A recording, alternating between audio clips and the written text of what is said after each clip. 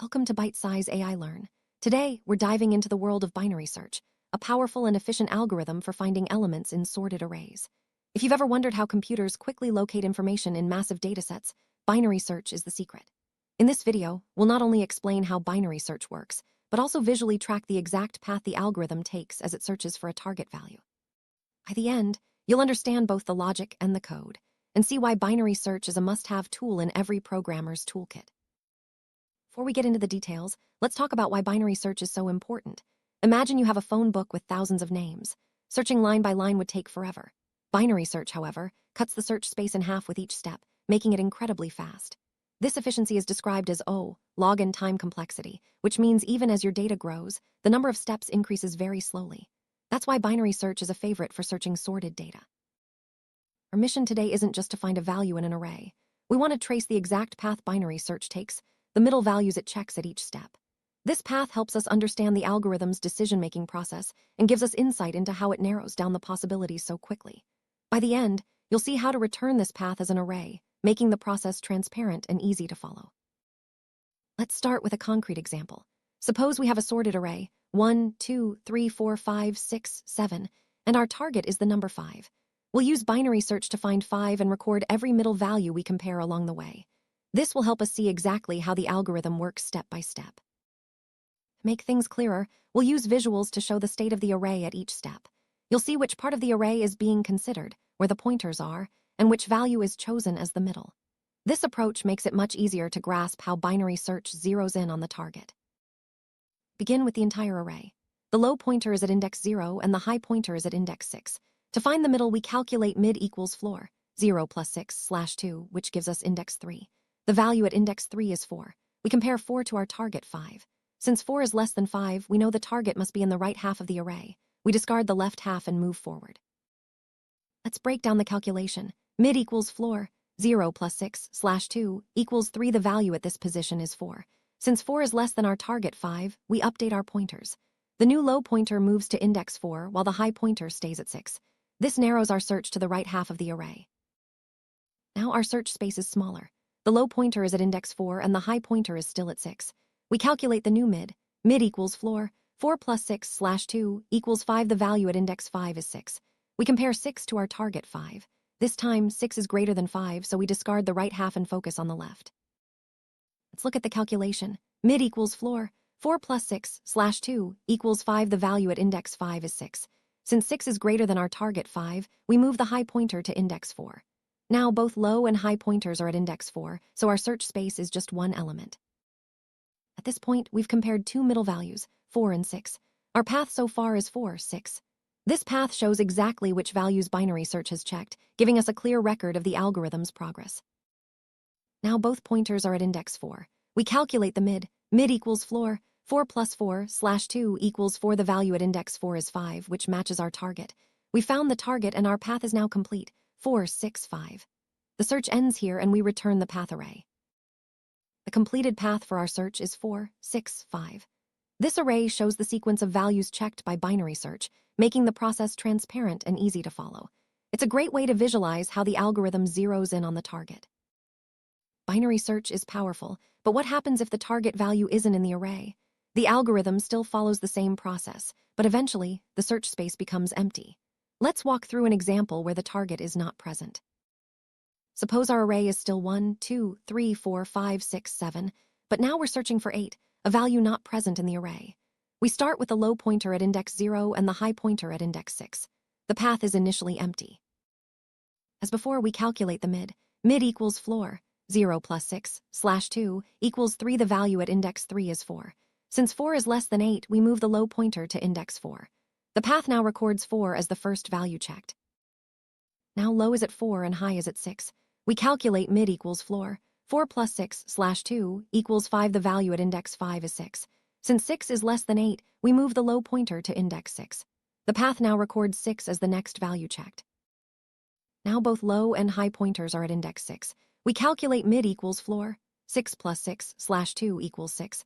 The value at index 6 is 7. Since 7 is less than 8, we move the low pointer to index 7. The path now records 7 as the last value checked. At this point, the low pointer is at 7 and the high pointer is at 6. Since low-high, the search space is empty. This means the target value is not in the array. The algorithm stops and returns a message indicating the value was not found.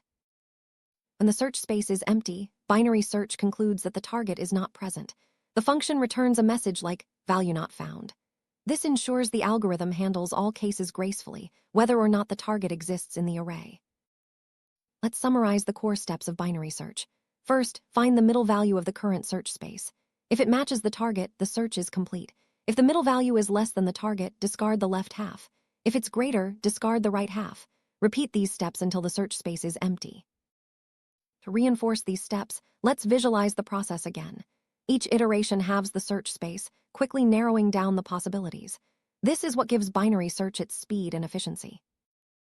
Now, let's translate this logic into Python code. We'll write a function that takes an array and a target value and returns the path of middle values checked during the search. The code will closely follow the steps we've discussed. We start by initializing an empty path array and setting the low and high pointers to the start and end of the array. These pointers define our current search space. The main part of the algorithm is a loop that continues as long as low is less than or equal to high.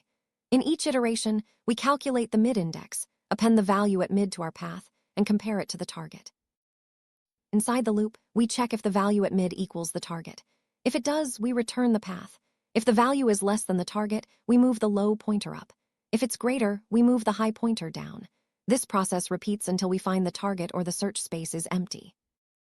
If the loop finishes and we haven't found the target, we return a message indicating the value was not found. This ensures our function handles all possible cases. Here's a sample Python implementation of binary search with path tracking. The function takes an array and a target and returns the path array or a value not found message.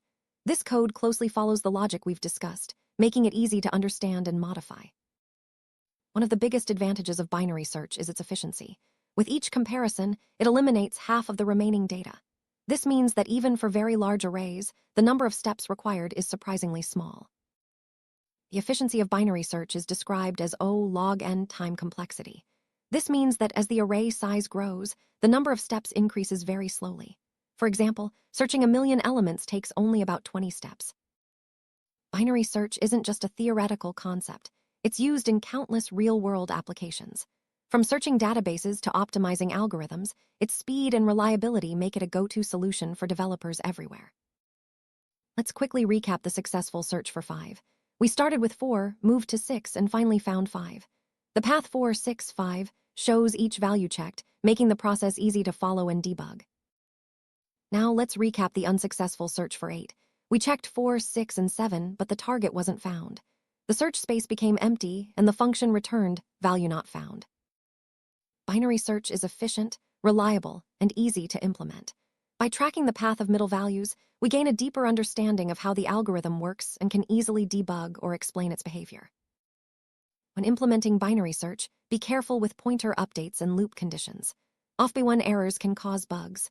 Always check that your low and high pointers are updated correctly and that your loop condition matches your logic.